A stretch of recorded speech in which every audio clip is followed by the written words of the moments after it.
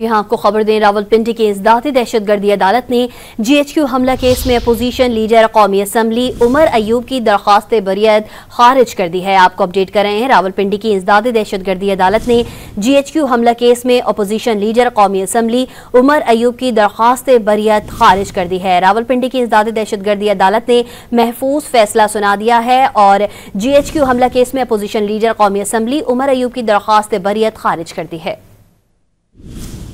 यहाँ आपको खबर दें, रावलपिंडी की इंसदादी दहशतगर्दी अदालत ने GHQ हमला केस में अपोजिशन लीडर कौमी असम्बली उमर अयूब की दरख्वास्त बरियत खारिज कर दी है। आपको अपडेट कर रहे हैं, रावलपिंडी की इंसदादी दहशतगर्दी अदालत ने GHQ हमला केस में अपोजिशन लीडर कौमी असम्बली उमर अयूब की दरख्वास्त बरियत खारिज कर दी है। रावलपिंडी की इंसदादी दहशतगर्दी अदालत ने महफूज फैसला सुना दिया है और GHQ हमला केस में अपोजिशन लीडर कौमी असम्बली उमर अयूब की दरख्वास्त बरियत खारिज कर दी है।